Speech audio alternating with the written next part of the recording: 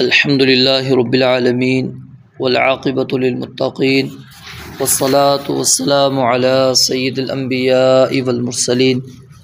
अऊज़ु बिल्लाहिस समीइल अलीम मिनश शैतानिर रजीम मिन हम्ज़िहि व नफ़्ख़िहि व नफ़्थिहि। बिस्मिल्लाहिर रहमानिर रहीम। या अय्युहल्लज़ीना आमनुत्तक़ुल्लाह या अय्युहल्लज़ीना आमनु, ए लोगो जो ईमान लाए हो, इत्तक़ुल्लाह, अल्लाह ताला से डरो, वज़रू, और छोड़ दो, मा बक़िया, जो बाक़ी रहे, मिनर रिबा, सूद में से, इन कुंतुम मुमिनीन, अगर तुम हो ईमान वाले मोमिन। फ़इन लम तफ़अलू, फ़इन पस अगर, लम तफ़अलू तुमने ये ना किया, फ़अज़नू पस ऐलान है, बिहर्बिन बड़ी जंग का, मिनल्लाहि व रसूलिही, अल्लाह और उसके रसूल अलैहिस्सलातु वस्सलाम की तरफ से। व इन और अगर तुम तौबा कर लो, फ़लकुम बस तुम्हारे लिए, रुऊसु अमवालिकुम तुम्हारे असल माल हैं, ला तज़लिमून ना तुम जुल्म करोगे, वला तुज़लमून और ना तुम पर जुल्म किया जाएगा। व इन कान और अगर हो, ज़ू उसरतिन कोई तंगी वाला, फ़नज़िरतुन पस मोहलत देना लाजिम है, इला मैसरतिन एक आसानी तक, व अन तसद्दक़ू और ये कि तुम सदका कर दो, खैरुल लकुम ये तुम्हारे लिए बेहतर है, इन कुंतुम तअलमून अगर तुम जानते हो। वत्तक़ू यौमन और उस दिन से डरो, तुरजऊन फ़ीही इलल्लाहि जिसमें तुम अल्लाह की तरफ लौटाए जाओगे, सुम्मा तुवफ़्फ़ा फिर पूरा दिया जाएगा, कुल्लु नफ्सिन हर नफ्स को, हर जान को, मा कसबत जो उसने कमाया, वहुम ला युज़लमून और उन पर जुल्म नहीं किया जाएगा। या अय्युहल्लज़ीना आमनुत्तक़ुल्लाह, ए लोगो जो ईमान लाए हो, अल्लाह ताला से डरो, वज़रू और छोड़ दो, मा बक़िया जो बाक़ी है, मिनर रिबा सूद में से, इन कुंतुम मुमिनीन अगर हो तुम मोमिन ईमान वाले। फ़इन पस अगर, लम तफ़अलू तुमने ऐसा ना किया, फ़अज़नू पस आगाह रहो। इसको थोड़ा सा समझ लें, इस लफ्ज़ को अज़ीना यअज़नु जो है, अगर इसका सिला लाम आएगा तो उस वक़्त इसका तर्जुमा होता है कान लगाना, सुनना। और अगर इसका सिला आए बिही जिस बा के साथ, जैसे कि यहाँ पर है फ़अज़नू बिहर्बिन, हर्ब से पहले जो बा है, तो उस वक्त इसका माना होता है जानना, आगाह होना, ख़बरदार होना। फ़इन पस अगर, लम तफ़अलू तुमने ये ना किया, फ़अज़नू बिहर्बिन मिनल्लाहि व रसूलिही तो अल्लाह और उसके रसूल अलैहिस्सलातु वस्सलाम की तरफ से बड़ी जंग के ऐलान से आगाह हो जाओ। व इन तुबतुम और अगर तुम तौबा कर लो, फ़लकुम रुऊसु अमवालिकुम बस तुम्हारे लिए असल माल हैं, रुऊस जमा है रअसुन की, ला तज़लिमून ना तुम जुल्म करोगे, वला तुज़लमून और ना ही तुम पर जुल्म किया जाएगा। व इन कान ज़ू उसरतिन और अगर हो कोई तंगी वाला, फ़नज़िरतुन पस मोहलत देना लाजिम है, इला मैसरतिन आसानी तक, व अन तसद्दक़ू और ये बात कि तुम सदका करो, खैरुल लकुम तुम्हारे लिए बेहतर है, इन कुंतुम तअलमून अगर तुम जानते हो। वत्तक़ू यौमन और डरो उस दिन से, तुरजऊन फ़ीही इलल्लाह कि तुम लौटाए जाओगे उसमें अल्लाह ताला की तरफ, सुम्मा तुवफ़्फ़ा फिर पूरा दिया जाएगा, कुल्लु नफ्सिन हर नफ्स को, हर शख्स को, हर जान को, मा का सबत जो उसने कमाया, वहुम ला युज़लमून और उन पर जुल्म नहीं किया जाएगा। अल्लाह रब्बुल आलमीन ने इन आयात के अंदर भी उसी मसले को बयान किया जो कल हमने पढ़ा था सूद के बारे में। तो पहली आयत के अंदर अल्लाह ताला ने अहले ईमान को मुखातब करके इत्तक़ुल्लाह से के लफ्ज़ के साथ ख़िताब किया, क्योंकि तक़वा ये बुनियाद है हर बुराई से बचने की और हर नेकी करने की। तो फरमाया कि अल्लाह ताला से डरो। वज़रू मा बक़िया मिनर रिबा, और जो सूद बाकी रह गया है ना उसको छोड़ दो। यानी इस आयत के नुज़ूल से पहले जो सूद तुमने ले लिया चलो वो तो मुआफ़ है, अब अगर किसी ने कुछ सूद देना था, कुछ दे दिया, कुछ रहता है, तो अब उसको तुमने मुकम्मल तौर पे क्या है छोड़ देना है, अब उससे कुछ भी नहीं लेना। जब ये आयत मुबारका उतरी तो रसूल मुकर्रम अलैहिस्सलातु वस्सलाम ने तमाम सूद को बातिल करार दे दिया, और जो कुरैश, सक़ीफ़ और दूसरे अरब कबाइल में से बाज़ ताजिरों ने अपने कर्ज़ दूसरों से लेने थे वो भी सारे के सारे आपने माफ़ कर दिया। और हज्जतुल वदा के मौके पर आप अलैहिस्सलाम ने फरमाया कि जाहिलियत के ज़माने के जितने भी सूद हैं आज मैं उसको अपने कदमों तले रोंद रहा हूँ, और सबसे पहला सूद जो मैं छोड़ रहा हूँ वो किसका है? अब्बास बिन अब्दुल मुत्तलिब, यानी अपने चचा की तरफ से जो उन्होंने सूद लोगों से लेने थे। फरमाया कि वो सबसे पहले मैं सूद सबको मैं मुआफ़ कर रहा हूँ, ख़त्म कर रहा हूँ, अब इसके बाद कोई भी सूद नहीं लेगा। तो फरमाया कि वज़रू मा बक़िया मिनर रिबा इन कुंतुम मुमिनीन, अगर तुम मोमिन हो तो तुम सूद को लेना छोड़ दो। फ़इल्लम तफ़अलू, अगर तुम बाज ना आए, रुके नहीं, तुम इस आयत के नुज़ूल के बाद भी और मोमिन कहलाते हो, ईमान वाले कहलाते हो, और फिर भी तुम ये अमल करते रहोगे तो फ़अज़नू बिहर्बिम मिनल्लाहि व रसूलिही, तो अल्लाह और उसके रसूल अलैहिस्सलातु वस्सलाम से बड़ी जंग के ऐलान से आगाह हो जाओ कि तुम्हारी अल्लाह और उसके रसूल अलैहिस्सलातु वस्सलाम से बड़ी जंग है। और किसी भी अमल पर याद रखें शिरक कितना बड़ा संगीन जुर्म है, जिसकी सज़ा अल्लाह ताला ने क्या है हमेशा हमेशा के लिए जहन्नम रख दी। लेकिन उधर भी अल्लाह ताला ने ये अल्फाज इस्तेमाल नहीं किए कि ऐलान जंग है, ऐलान जंग वहाँ पर भी इस्तेमाल नहीं की, यहाँ पर अल्लाह रब्बुल आलमीन ने किए।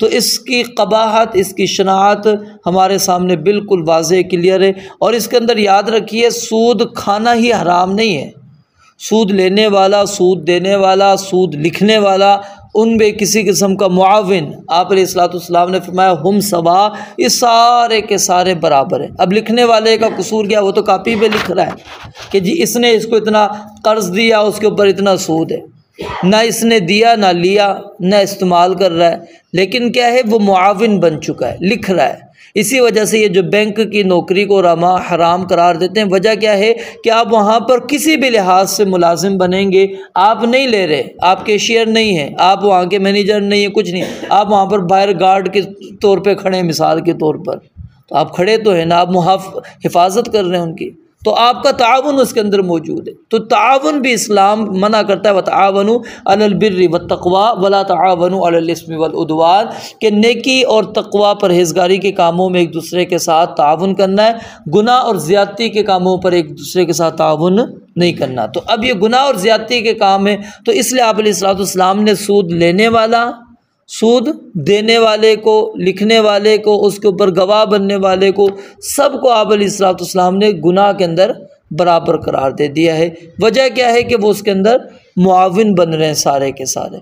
तो इसलिए इसकी क़बाहत को हमें समझना चाहिए, और किसी भी किस्म का सूदी लेन देन, सूदी मामला, उससे हत्तल इम्कान इंसान को इज्तिनाब करना चाहिए, बचना चाहिए। व इन तुबतुम फलकुम रुऊस अम्वालिकुम, अल्लाह कहते हैं अगर तुम तौबा कर लोगे तो तुम्हारे लिए सिर्फ तुम्हारे असल माल है, यानी जो 1000 रुपये दिया था वो 1000 रुपये वापस लेना है, अब उससे 1 रुपया भी ज़ायद नहीं लेना। तुम्हारे लिए तुम्हारा असल माल मौजूद है, वो ज़ाया नहीं होगा, वो तुम्हें मिलेगा। ला तज़लिमून, ना तुम जुल्म करो। जुल्म क्या करना है बंदे का, यानी कि आप जो इजाफ़ा उनसे मांगें कि जी आपने मुझसे कर्ज़ लिया था, उसके ऊपर ये इजाफ़ा है वो मुझे दें, ये अल्लाह कहते हैं ला तज़लिमून, ना तुम जुल्म करो, वला तुज़लमून, और ना ही तुम पर जुल्म किया जाए। इन पर जुल्म क्या है कि अगला बंदा कहे मैं जी मैं 1000 रुपये भी तुम्हें नहीं दे रहा, अल्लाह कहते हैं ये नहीं होगा, तुम्हें तुम्हारी असल रकम मिलेगी और तुमने इजाफे के साथ उनसे लेना नहीं है। ना तुम जुल्म करो और ना ही तुम पर कोई जुल्म किया जाए। व इन काना ज़ु उसरतिन, अब यहाँ पर वो जो जाहिलियत का मामला था कि लोग कर्ज़ देकर फिर वो क्या है वक्त गुज़र जाता, वक्त गुज़रने के बाद फिर सूद के अंदर इजाफ़ा कर दिया करते थे। अल्लाह रब्बुल आलमीन ने उसका हल यहाँ पर बयान कर दिया कि उस चीज़ को अब ख़त्म कर दो। अगर तुमने किसी को कर्ज़ दिया है और फिर वक़्त का तयन हुआ था और जब वक्त ख़त्म हुआ आपने उससे कर्ज़ का मुतालबा किया कि वापस करो, वो कहता है मैं तंगी के अंदर हूँ, अभी हालात नहीं है, मैं अभी इस कैफियत में नहीं हूँ कि आपको कर्ज़ अदा कर सकूँ, तो अल्लाह ताला कहते हैं फ़नाज़िरतुन इला मैसरतिन, तो आसानी तक उसको मोहलत देना लाजिम है। एक चीज़ है वाजिब और एक है लाजिम, क्या नाम है, सुन्नत। मुस्तहब क्या है कि इंसान मुआफ़ कर दे, कि वो कहेगा चलो ठीक है, जो मैंने आपको कर्ज़ दिया मैंने आपको मुआफ़ कर दिया। व अन तसद्दक़ू, ये सदका आ गया कि तुम सदका कर दो, ये तुम्हारे लिए अल्लाह कहते हैं बेहतर है। ये मुस्तहब है, वाजिब नहीं है।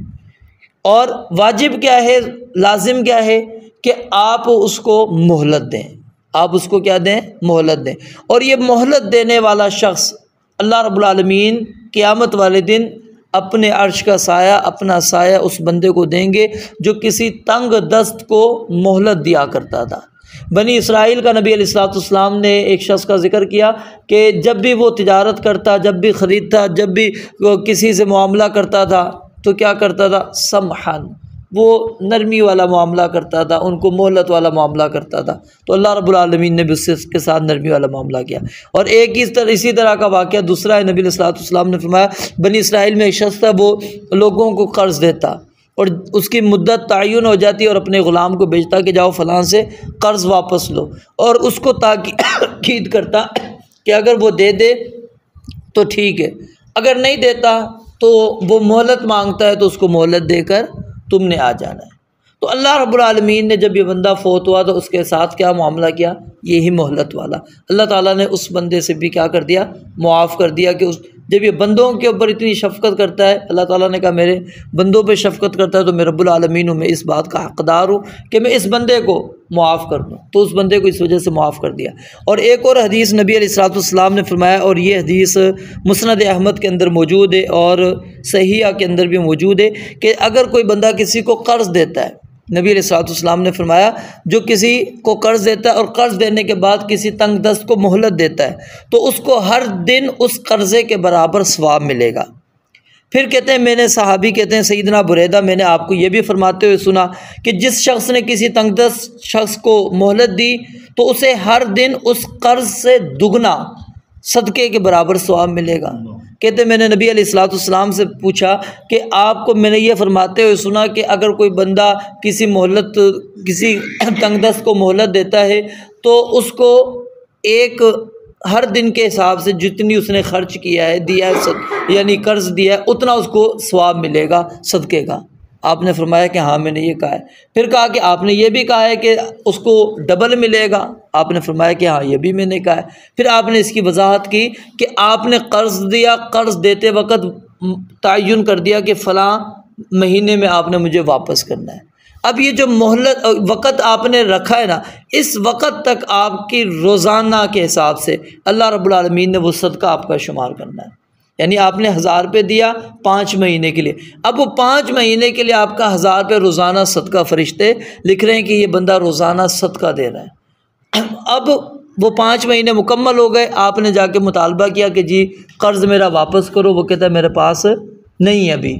आप कहते हैं चलो मैं आपको मज़ीद मोहलत देता हूँ, तो अब डबल हो जाएगा। अब वो क्या है, 1000 नहीं, अब रोज़ाना 2000, यानी उसके बाद अब 2000 रुपये गोया कि आप अल्लाह रब्बुल आलमीन के रास्ते में सदका कर रहे हैं।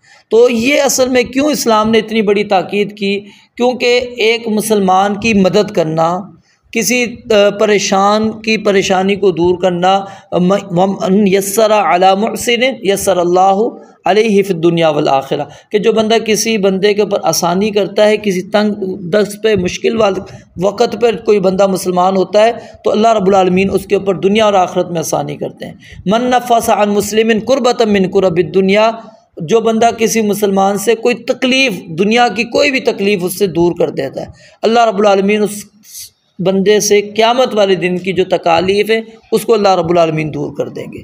तो आखिर में आपने फरमाया वल्लाहु फ़ी औनिल अब्द मा कानल अब्दु फ़ी औनी अख़ी, कि जब तक बंदा अपने भाई की मदद में होता है तो अल्लाह ताला उस बंदे की मदद के अंदर होते हैं, यानी ये अल्लाह रब्बुल आलमीन बंदे को फौरी तौर पर दे रहे होते हैं। तो इसलिए अगर कोई बंदा कर्ज़ मांगता है तो आप उसको कर्ज़ दे दें, और ये जो मोहलत मिल देना है या वक़्त का तयन है, ये आपका 1000 रुपया या 2000 रुपये ज़ाया नहीं जा रहे। इंशाअल्लाह ये हर दिन के लिहाज से सदका है। वो आप अपने पास होते तो शायद वो ना करते आप सदका, लेकिन क्या है, एक तो उस मुसलमान की परेशानी और तकलीफ़ दूर हो जाएगी, और साथ में आपको सदक़े का भी अजर सवाब मिल जाएगा। और इसमें अल्लाह रब्बुल आलमीन की रहमत को आप अंदाज़ा लगाइए कि अगर अल्लाह रब्बुल आलमीन कहते हैं कि नहीं, इस बंदे ने तो दिया है, कौन सा मुझे दिया है, ठीक है, अब अल्लाह रब्बुल आलमीन को जो दे तो फिर उसका हिसाब फिर अल्लाह रब्बुल आलमीन ने बंदे को क्या देना है। फिर आखिर के अंदर अल्लाह रब्बुल आलमीन ने दोबारा इस चीज़ की तरफ तरगीब दिलाई कि तुम क़यामत के दिन से डर जाओ। ये मैंने अहकाम बिल्कुल वाज़े क्लियर बयान कर दिए हैं कि सूद बिल्कुल हराम है। किसी भी किस्म का सूद, वो चाहे मुफरद है, मुरक्कब है, वो उधार का सूद है, वो ज़्यादती का सूद है, किसी भी किस्म का सूद तुम्हारे लिए हलाल नहीं है। वत्तक़ू यौमन तुरजऊन फ़ीहि इलल्लाह, और उस दिन से डर जाओ जिस दिन तुमने अल्लाह रब्बुल आलमीन की तरफ लौट कर जाना है। और फिर अल्लाह रब्बुल आलमीन वहाँ पर हर नफ्स को जो उसने कमाया है, वो चाहे खैर है चाहे शर है, यौम तजीदु कुल्लु नफ्सिम मा अमिलत मिन खैरिन मुहज़रा, जो भी उसने खैर की होगी अल्लाह कहते हैं वो सामने पाएगा, व मा अमिलत मिन सू, और इसी तरह जो बुराई की होगी वो भी सामने पाएगा। और फिर वो जो बुराई वाला है वो क्या कहेगा, काश के मेरे और इस मेरे अमल के दरमियान बड़ी लंबी दूर की मसाफत होती, यानी ये मेरे करीब ही ना आता। तो इंसान फिर उस वक़्त ये बातें करेगा। तो इसलिए ये मुहासबे का दरस। और सबसे आखिर में जो कुरान मजीद की आयत उतरी है वो भी आयत यही है, और इसमें इशारा है, ये जो आखिर आयत अल्लाह ताला ने उतारी कुरान मजीद की, इसमें इशारा क्या है कि इंसान हमेशा आखिरत को याद रखे, हमेशा आखिरत को मद्देनज़र रखे। फिर जब अब आखिरत उसके मद्देनज़र होगी, उसके सामने होगी कि मैंने रब के सामने जाना है, मैंने अल्लाह की तरफ पलट के जाना है, जो भी मैंने खैर किए, जो भी मैंने शर किए, वो सब कुछ अल्लाह रब्बुल आलमीन ने मेरे सामने रख देना है। और फिर मुझे पूरा पूरा अमल अल्लाह ताला ने जो भी मैंने किया है वो अल्लाह ताला ने मुझे उसका सिला देना है, बदला देना है। अगर बुराई है तो अल्लाह ताला ने उसकी सज़ा देनी है, नेकी है तो अल्लाह ताला ने मुझे उसका अजर और सवाब अता करना है। तो ये चीज़ इंसान अपने सामने रखे।